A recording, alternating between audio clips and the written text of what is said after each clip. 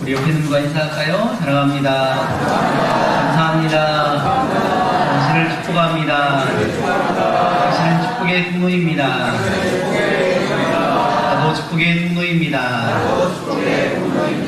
자기 이름 밝히시고요. 시작. 저도 축복의 통로입니다. 아멘.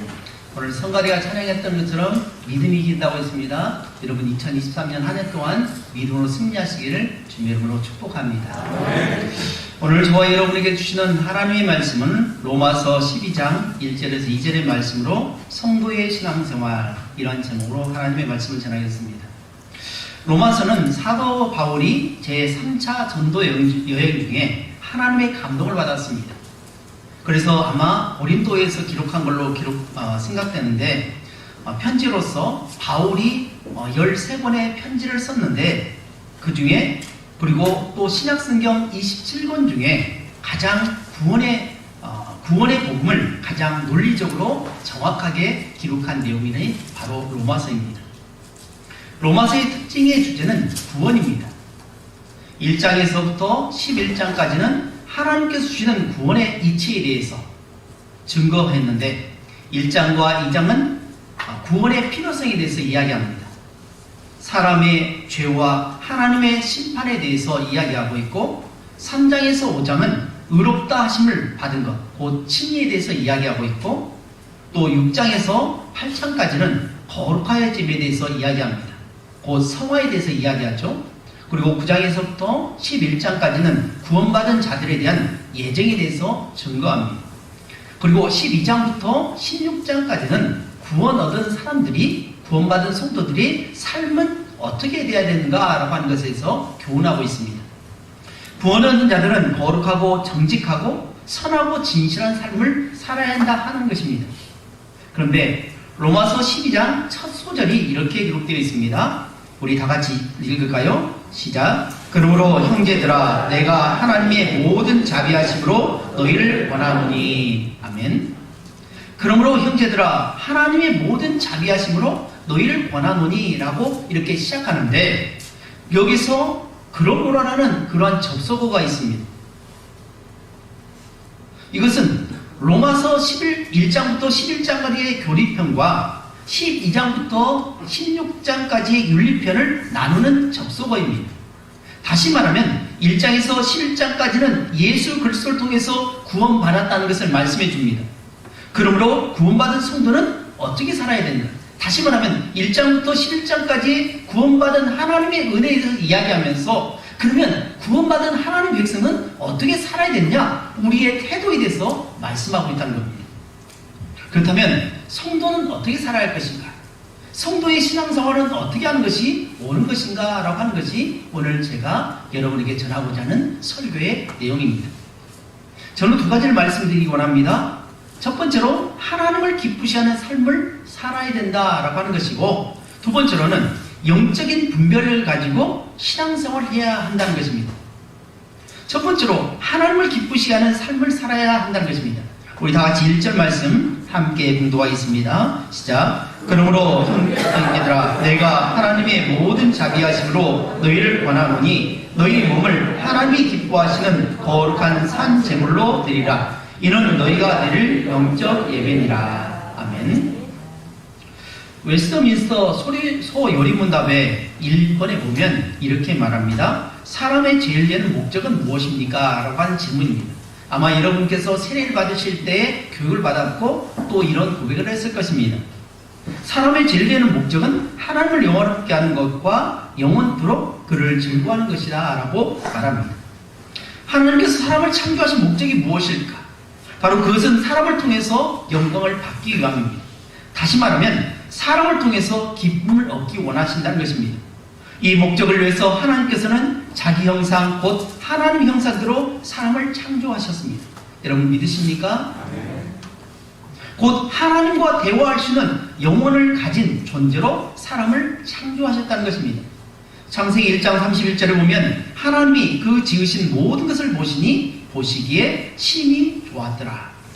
다른 것에는 좋았더라 라고 하는데, 사람을 창조하시고 나서 하나님께서 심히 보기에 좋았더라 라고 했습니다. 왜 이렇게 말씀하셨을까요? 하나님이 이 세상 모든 만물을 만드실 때 목적이 있다는 것입니다. 예를 들자면 우리 아이가 태어나게 되면 어머니가 잉태하는 순간 어떻게 합니까? 부모는 이 자식이 태어날 때 남자든 딸이든 아들이든 상관없이 그 자녀들이 태어나서 생활하도록 편리하도록 어떻게 합니까? 모든 걸 준비합니다. 기저귀며 젖병이며 우유며 모든 것을 다 준비합니다. 이 모든 걸 준비해서 행복하게 살아가도록 하는 것처럼 하나님께서 이 세상 만물을 창조하실 때는 그냥 만드신 것이 아니라 아무런 의미 없이 그냥 빛이 있어라, 어둠과 빛이 있어라, 또 태양이 있으라, 별이 있으라 그렇게 말씀하지 않습니다. 이 모든 것을 만들기 위해서는 뭐냐? 만든 것은 사람이 가장 행복하게 살 수 있는 최적의 조건으로 만들기 위해서 그렇게 하셨다는 것입니다. 그러니 이 모든 것을 만들어 놓고 사람을 만들어 놓으니까 완벽하게 만들어진 겁니다. 그러니까 심히 보기에 좋았더라 라고 말씀합니다.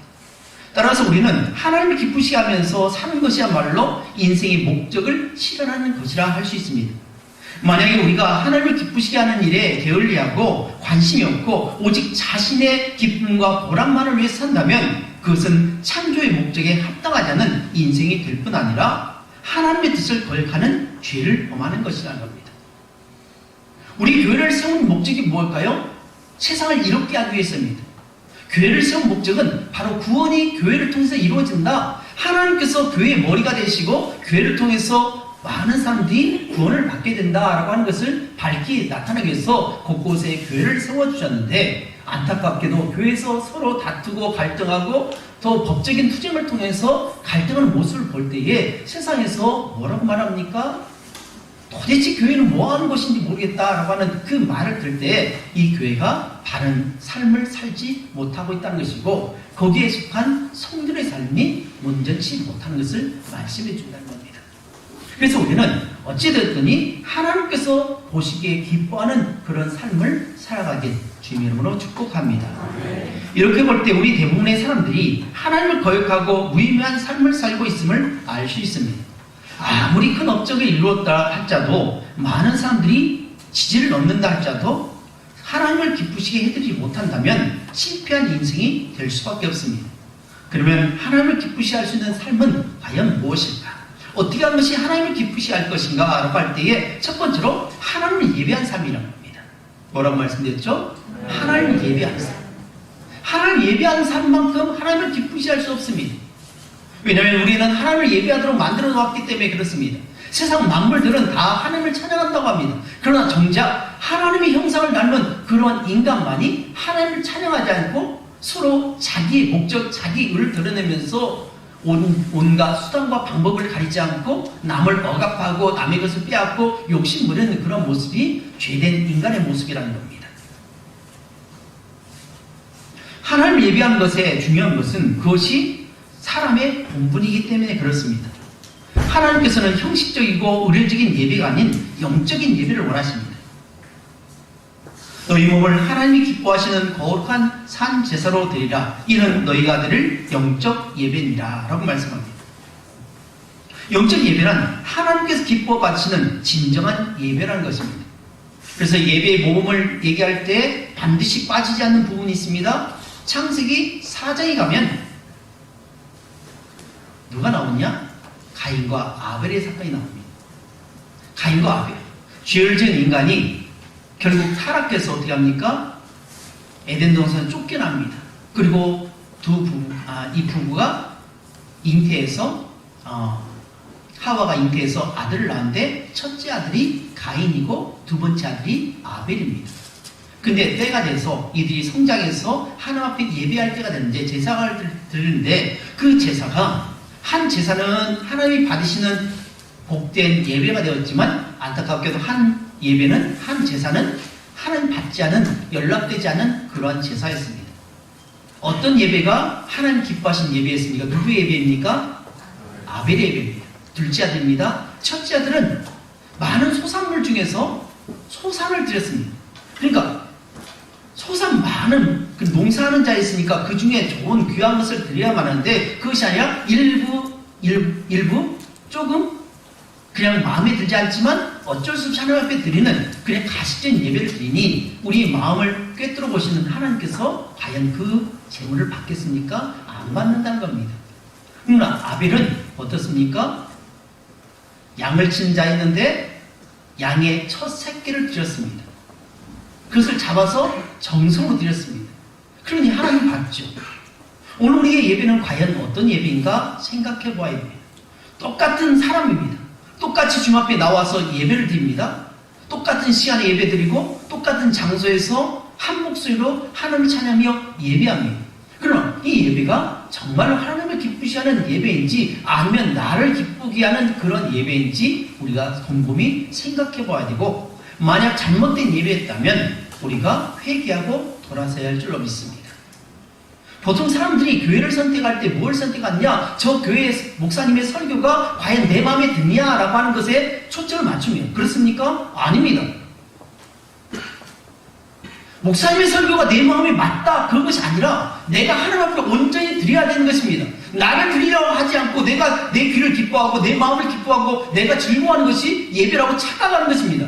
그래서 쉽게 말하는 것이 예배를 보러 온다는 것입니다. 구경하러 온다는 것입니다. 아닙니다. 예배를 구경하는 것이 아닙니다. 하나님 앞에 드리는 것입니다. 나 자신을 드리는 겁니다. 내 마음과 뜻과 정성을 다해서 하나님 앞에 드려야 되는데, 오히려 하나님이 나를 기쁘시게 하면서 춤을 추게 만들고 목사를 통해서 모든 예배의 그 방식을 통해서 나를 기쁘게 하게 만드는 그러한 어처구니 없는 그러한 모습을 우리가 보고 있습니다.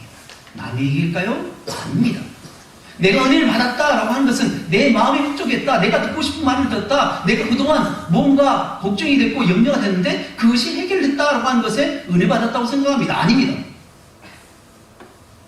착각하면 안 됩니다. 우리는 예배를 통해서 하나님을 기쁘시게 하기 위해서 거룩한 날, 하나님께서 구별해놓는 날 하나님 앞에 나와서 예배하는 것입니다.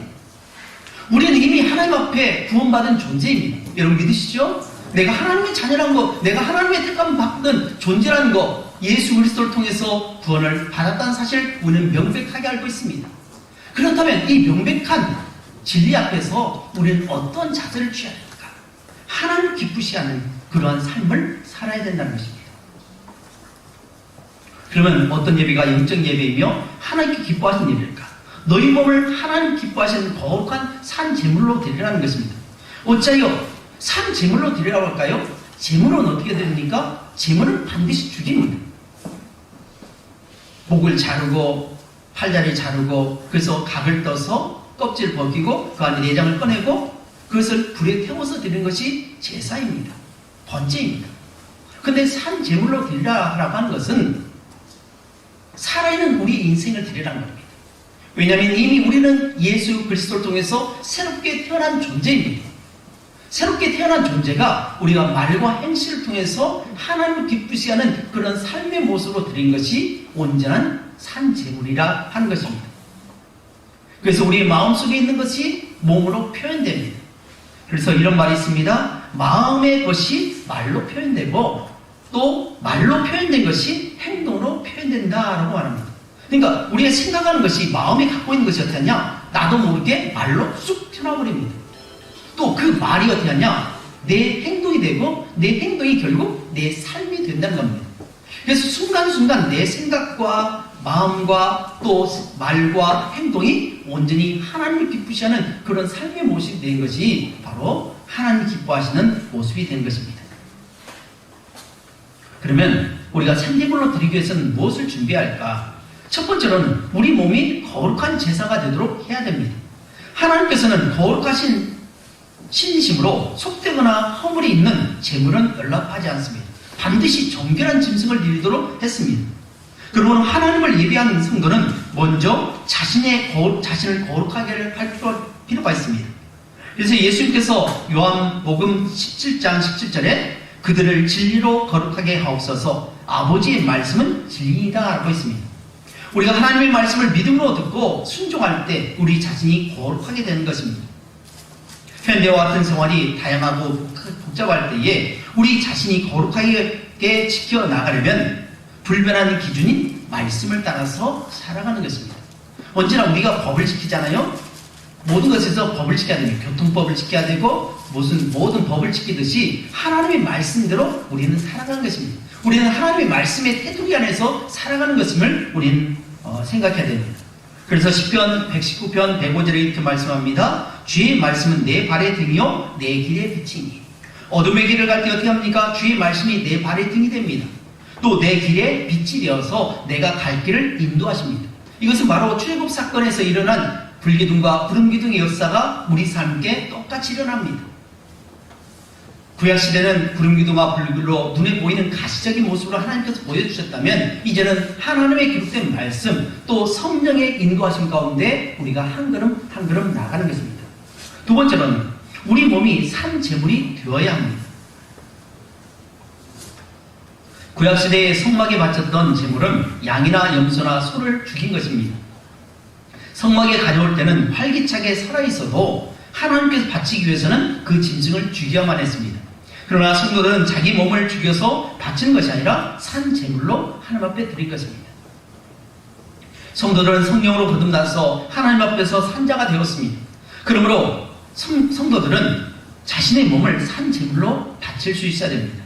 다시 말하면 우리 몸을 통해서 죄악에 물든 죽은 행실이 아니라 성령 안에서 새 생명을 얻은 자로서 산 행실로 나가야 됩니다. 보라 이전 것은 지나 같으니 이제 새 것이 되었다 라고 말씀합니다. 우리는 새로운 인생이 될 것입니다. 그리고 너희 몸을 하나님이 기뻐하시는 거룩한 산제물로 드리라 라고 그렇게 말씀하신 것은 우리의 일상생활 그 자체가 하나님께 드리는 예배가 되어야 한다는 것입니다.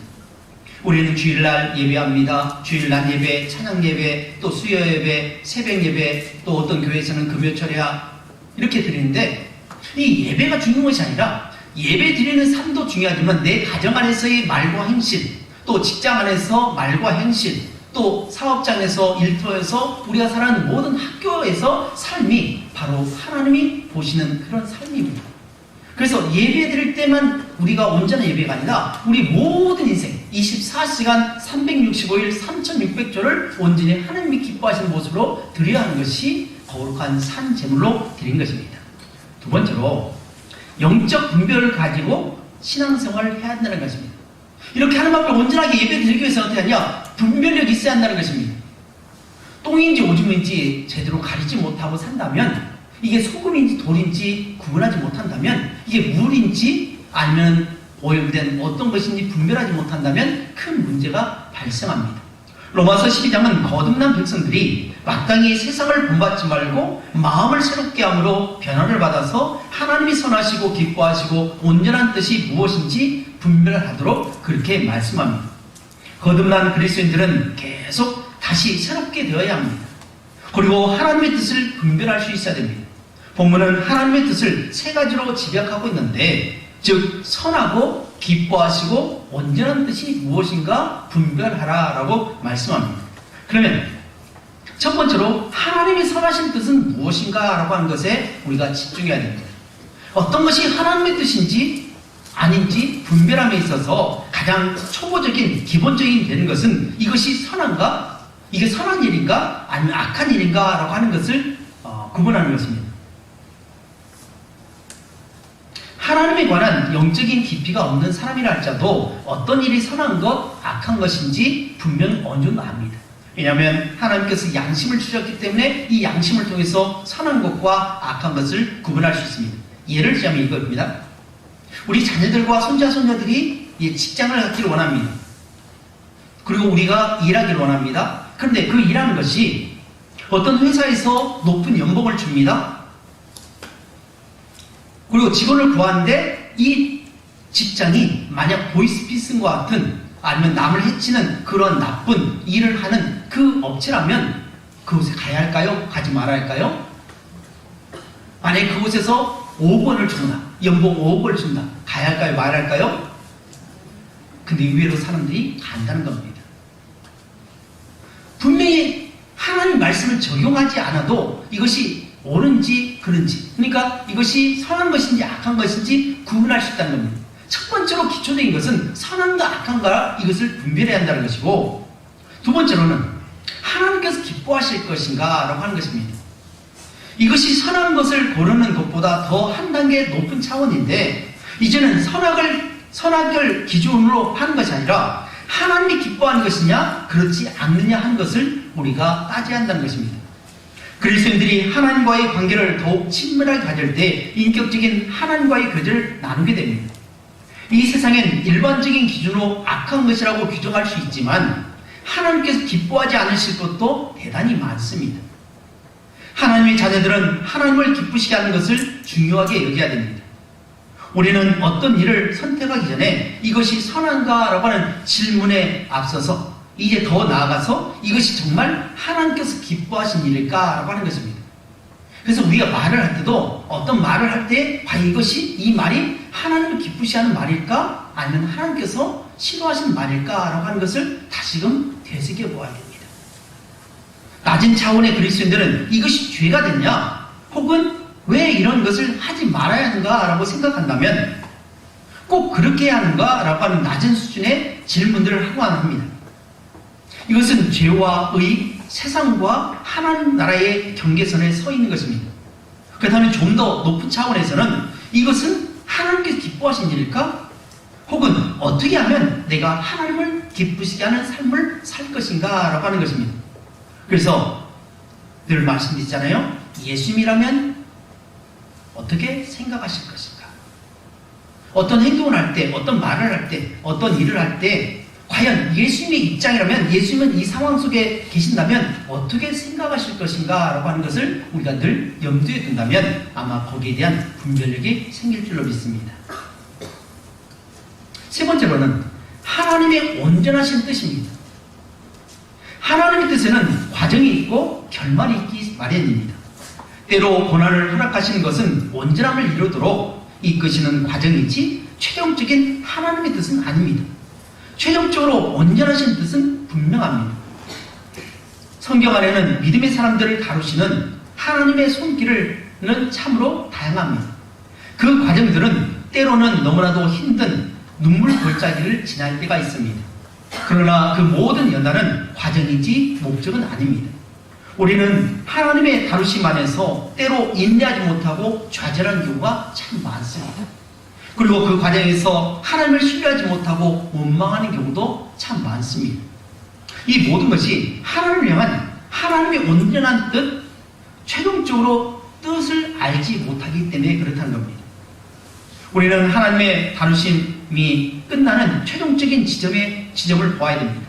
그래서 로마서 8장 28절에서 30절에 이렇게 말씀하는데 우리가 알거니와 하나님을 사랑하는 자 곧 그의 뜻대로 부르심을 입은 자들에게는 모든 것이 합력하여 선을 이루느니라. 하나님이 미리 아신 자들을 또한 그 아들의 형상을 본받게 하기 위하여 미리 정하셨으니 이는 그로 많은 형제들 중에서 맏아들이 되게 하려 하십니다. 또 미리 정하신 그들을 또한 부르시고 부르신 그들을 또한 의롭다 하시고 의롭다 하신 일을 또한 그들 또한 영원롭게 하시느니라. 다시 말하면 우리는 모든 과정에서 모든 일 가운데서 하나님의 온전하신 뜻을 이루기 위해서 어떠하냐? 과정을 허락하신다는 겁니다. 나를 거룩하게 해서 어떻게 합니까? 거룩하게 하기 위해서 반드시 빨래의 과정이 필요합니다. 우리가 저와 여러분이 옷을 입었습니다. 옷에서 냄새가 납니까? 아마 냄새가 나지 않을 것입니다. 향기가 날 것입니다. 그것은 왜 그렇습니까? 옷을 빨았기 때문에 그렇습니다. 옷을 벗는 과정이 필요합니다. 또 옷을 빠는 과정이 필요합니다. 빠는 과정 가운데 시간이 지납니다. 요즘이야 세탁기가 있고 건조기가 있으니까 빨래가 쉽게 빨아지고 또 건조가 되지만 과거에는 그렇지 않았죠? 하루 종일 말렸습니다. 그 기간 동안 어떻게 합니까? 그 기간 버텨야 됩니다. 하나님께서는 하나님의 뜻을 이루기 위해서 온전하신 뜻을 이루기 위해서 어떻게 하냐? 때로는 어떤 사람에게는 고난의 역경의 과정을 겪게 만들 때도 있습니다. 이해할 수 없는 고난을 당합니다. 이해할 수 없는 아픔을 당합니다. 눈물을 흘려야 됩니다. 도저히 하나님 뜻에 대해서 도저히 알 수 없는 그런 과정 가운데 때로 우리가 어떻게 합니까? 하나님을 원망합니다.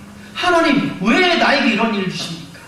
하나님 왜 나를 미워하십니까? 라고 그렇게 불평할 때가 있잖아요. 근데 지나고 보면 하나님께서 나를 온전하기 위해서 정결하게 하기 위해서 나를 그 과정 가운데 맷돌 가운데 맷돌에 이렇게 하시는 거죠. 왜 이것을 안다면 하나님의 온전하신 뜻을 안다면 이것을 인내로서 믿음으로 견딜 수가 있는데 그렇지 못할 때가 많다는 거죠. 어떻게 우리가 그 과정을 겪을 수 있습니까? 그래서 우리가 말씀을 읽어야 한다는 거죠. 창세기부터 요한계시록까지 늘 말씀을 읽으라신 이유가 성경의 인물들을 다루시는 그런 모습을 보게 됩니다. 그 다루신 모습을 통해서 이렇게 아픔을 주는 것은 그가 싫어서가 아니라, 그가 나빠서가 아니라, 그를 벌하기 위해서가 아니라, 그를 온전하게 거룩한 사람으로 만들기 위해서 그 과정을 겪게 하신다는 겁니다. 자기 아들까지 내어놓으신 그분이 우리에게 무엇을 좋은 것으로 주지 않겠습니까? 그러므로 오늘 저와 여러분들이 성도의 신앙생활은 뭐냐? 첫 번째로 하나님을 기쁘시하는 삶을 살기 위해 여러분이 노력하시길 주님 이름으로 축복합니다. 두 번째로 영적인 분별을 가지고 신앙생활을 하시길 주님 이름으로 축복합니다. 무작정 믿는 거 아닙니다. 무조건 우리 믿으라가 아니라 이것이 왜 그런가라고 따져보면서 말씀과 비교해보면서 우리 삶을 적용해 본다면 이 분별력을 가지고 2023년 한 해를 결산할 때, 야, 올해 정말 잘 살았다. 내 인생에 정말 신앙의 큰 획을 그었다. 믿음의 큰 획을 그었다라고 하는, 그렇게 고백하는 저와 여러분 되시기를 주님 이름으로 축복합니다. 또 있습니다.